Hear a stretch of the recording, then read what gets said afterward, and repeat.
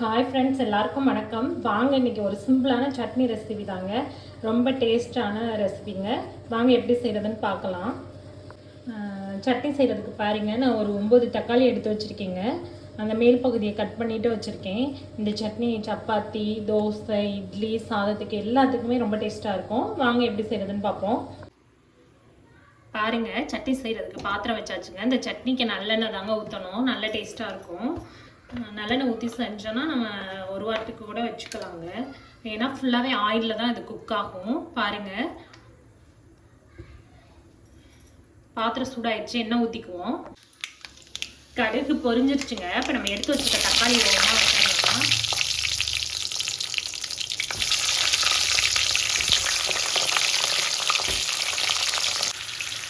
பாருங்க, நான் எடுத்து வச்சுக்க எல்லா தக்காளியுமே இப்படி வச்சுட்டேங்க. இப்போ நம்ம மூடி போட்டு மூடிக்கலாம். இது கொஞ்சம் ஒரு ஸ்லோ குக்கிங்கில் தாங்க வேகணும். இப்போ மூடி போட்டுருவோம். கொஞ்சம் நேரம் தக்காளி வேகட்டும்.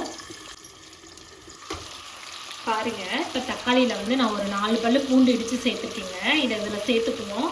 இப்போ தக்காளிக்கு தேவையான அளவு உப்பு சேர்த்துக்கலாம். இந்த சட்னிக்கு தேவையான அளவு உப்பு, அவ்வளோதாங்க. இப்போ தக்காளி நல்லா வேகட்டுங்க. வெந்ததுக்கப்புறம் 3/4 பாகம் வெந்ததுக்கப்புறம் நம்ம மிளகாய் தூள் காரத்துக்கு சேர்த்துக்கிறோங்க. ஆனால் இந்த சட்னி நிஜமாகவே எனக்கு தெரிஞ்ச எல்லாருமே நான் சொல்லிக் கொடுத்து நிறையா பேர் இந்த சட்னி செஞ்சுருக்காங்கங்க. நீங்களும் கண்டிப்பாக ட்ரை பண்ணி பாருங்கள். வீடியோ ஃபுல்லாக பாருங்கள், லைக் பண்ணுங்கள், ஷேர் பண்ணுங்கள், கமெண்ட் பண்ணுங்கள். ரொம்ப ஈஸியான சட்னிங்க. இப்போ தக்காளி குக் ஆகட்டும். தக்காளி வெந்துட்டு இருக்குங்க. நீங்கள் தக்காளியில் 4 சைடு கீரல் போட்டாலுமே போட்டு வச்சுக்கலாங்க. நான் கீரல் போடலை, முழுசாக தான் வச்சுருக்கேன். இப்போ வேகட்டும். பாருங்கள், நல்லா வெந்துட்டுருக்கு. ஆனால் ஃபுல்லாக ஆயிலில் தாங்க குக் ஆகணும், தண்ணி எதுவும் சேர்க்கக்கூடாது. பாருங்கள், தக்காளி எப்படி வெந்துட்டுருக்குன்னு இடையில ஒரு டைம் தொடர்ந்து ஓப்பன் பண்ணி பார்த்துக்கோங்க. நல்லா அந்த தோல்லாம் சுருங்கிருச்சுங்க. நல்லா 3/4 பாகம் மீடியம் ஃப்ளேமில் வச்சு குக் பண்ணுங்கள். இங்கே பாருங்கள், தக்காளி பார்க்கையிலே உங்களுக்கு தெரியும் நல்லா சாஃப்டாகிட்டு இருக்கு. அவ்வளோதாங்க, இன்னும் கொஞ்சம் நேரம் வேகட்டும். தக்காளி சட்னி அவங்க ரெடி ஆகிட்டு இருந்தது. அடுத்து தேங்காய் சட்னி செய்ய போகிறோம். அதுக்கு பாருங்கள், 1 முடி தேங்காய் கட் பண்ணி வச்சுருக்கேன். அதில் கொஞ்சம் கருவேப்பிலை சேர்த்துக்கிறேன். ஒரு 2 சின்ன வெங்காயம், 2 பல்லு பூண்டு, இஞ்சி, பொட்டுக்கல்லை கொஞ்சம் சேர்த்துக்கோங்க. பொட்டுக்கல்லை கொஞ்சம் சேர்த்துருக்கேன். இங்கிட்டு பாப்பா கை நீட்டிகிட்டு இருக்கா பொட்டுக்கல்லை கேட்டுட்டு. அடுத்து தேங்காய் சட்னிக்கு ஒரு 5 வரமிளகாய் சேர்த்துக்கிறேங்க. பாருங்கள், தேங்காய் சட்னி எல்லாம் தெரியாதான்னு நினைக்காதீங்க. தோசைக்கு அரைக்கும் போது வரமிளகாய் சேர்க்கணுங்க. இட்லிக்கு பச்சை மிளகாய் சேர்த்தோன்னா சட்னி நல்லா டேஸ்ட்டாக இருக்கும். நீங்கள் இது மாதிரி தோசைக்கு வரமிளகாய் சேர்த்து அரைச்சி பாருங்களே, தேங்காய் சட்னி ரொம்ப டேஸ்ட்டாக இருக்கும். இப்போ சட்னி அரைச்சிட்டு பார்ப்போம். சட்னி மிக்சிக்கு மாற்றியாச்சுங்க. இப்போ அரைச்சிக்குவோம். அரைச்சிட்டு காமிக்கிறேன்.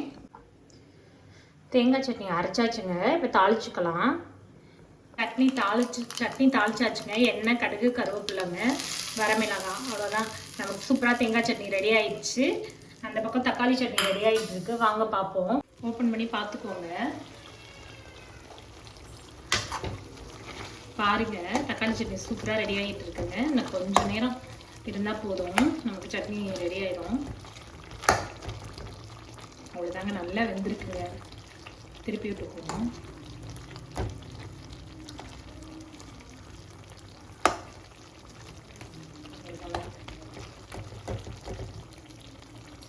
இன்னும் 2 மினிட்ஸ் கழிச்சு மிளகாய் தூள் சேர்த்துக்கலாம்.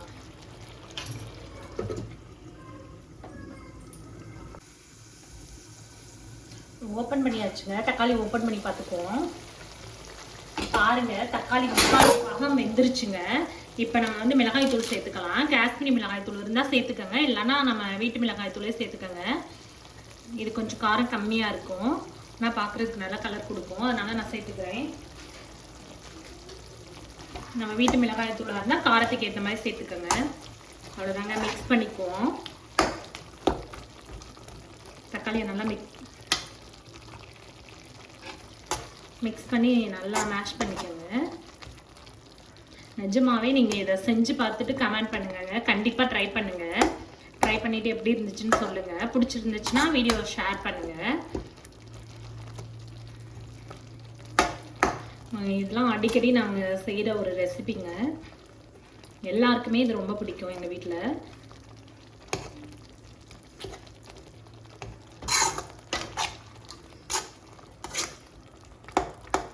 அவ்வளோதாங்க. கொஞ்ச நேரம் நல்ல 3/4 பாகம் வெந்துருச்சு. நான் ஒரு 1/4வாசி தான்.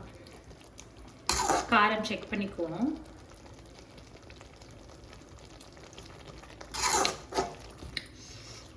கரெக்டாக இருக்குங்க. தோசைக்கு ரொம்ப டேஸ்ட்டாக இருக்கும்.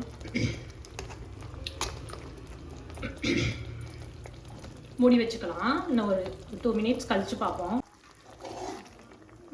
பாருங்க, நமக்கு சட்னி சூப்பராக ரெடி ஆயிடுச்சுங்க. நீங்கள் தக்காளி ஒவ்வொன்று முன்னாடியெல்லாம் தக்காளி நல்லா கரைஞ்சிரும். இப்போ கொஞ்சம் கல் மாதிரி இருக்கனால லைட்டாக கரையாமல் இருந்துச்சுன்னா நீங்கள் மேஷ் பண்ணிக்கோங்க. ஓகேவா? இங்கே பாருங்கள் எப்படி இருக்குன்னு. பார்க்கையிலே எப்படியே சாப்பிடணும் போல இருக்குங்க. கண்டிப்பாக நீங்களும் ட்ரை பண்ணி பாருங்கள். ஓகே, பாய்.